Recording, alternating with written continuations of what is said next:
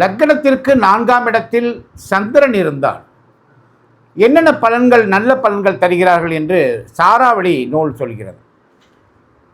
4ஆம் இடத்தில் சந்திரன் இருந்தால் நல்ல உறவினர்கள், நல்ல வீடு, வாசல், வண்டி, வாகனங்கள், அதற்கு தேவையான பொருட்கள், வீடு இருந்தாலும் அதுக்கு நிறைந்த பொருட்கள், நல்ல வாகனத்தினால் ஏற்படக்கூடிய சுகங்கள், தர்மம் செய்தல், பெண்களின் விருப்பத்தை நிறைவேற்றுதல், மிகுதியான இன்பமும் மிகுதியான துன்பமும் இல்லாமல் நடுத்தரமான வாழ்க்கையை வாழுதல்.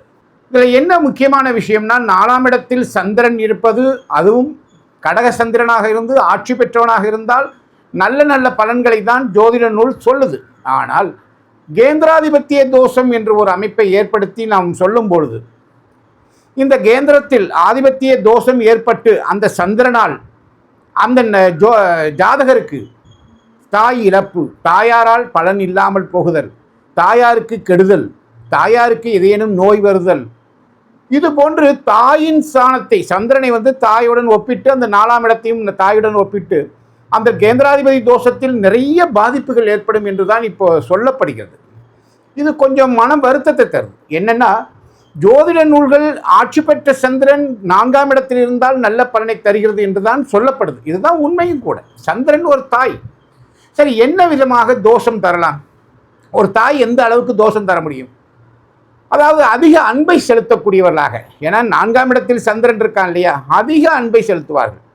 மனைவியை விட அதிக அன்பை செலுத்தக்கூடிய தாய் இருப்பார்கள். இதனால் கூட குடும்பத்தில் பிரச்சனைகள் வரலாம்.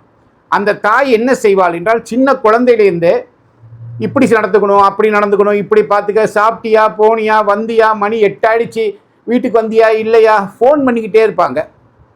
ஒவ்வொரு நிமிஷமும் என்ன செஞ்சான்னு கேட்பாங்க. அந்த மண்ணில குழந்தைகளை பற்றியே நினைப்பாங்க. அந்த குழந்தைக்கு அந்த தாயின் உறவு மிக மிக நெருக்கமாக இருக்கும். இதுவும் ஒரு தோஷம்தான். என்னன்னா, அந்த பையனே சொல்லுவான், அம்மா கொஞ்சம் சும்மா இருமா, நை நைன்னு பேசிக்கிட்டே இருக்க, எதுக்கெடுத்தாலும் கூப்பிட்டுக்கிட்டே இருக்க, என்னை விட்டுடுமா கொஞ்சம் அப்படின்னு சொல்லுவான். அதிக பாசமும் ஒரு தோஷம்தான், அதிக நேசமும் ஒரு தோஷம்தான். இதனால் மன ரீதியாகவும் பாதிக்கப்படலாம். இதான் ஒரு விதமாக தோஷம் என்று சொல்லப்பட்டிருக்க வேண்டும். 4ஆம் இடத்தில் இருக்கக்கூடிய சந்திரன் நல்ல வீடு, வாசல், வண்டி, வாகனங்களை தருவான் என்பதும் சொல்லப்பட்டிருக்கு. அப்போ தோஷம் என்றால் அதெல்லாம் கிடைக்கக்கூடாது இல்லையா? இதெல்லாம் நல்ல கவனம் செய்து தான் நம் ஒரு பலனை சொல்லும்பொழுது மிக மிக கவனமாக இருக்க வேண்டிய அவசியத்தில் இருக்கும்.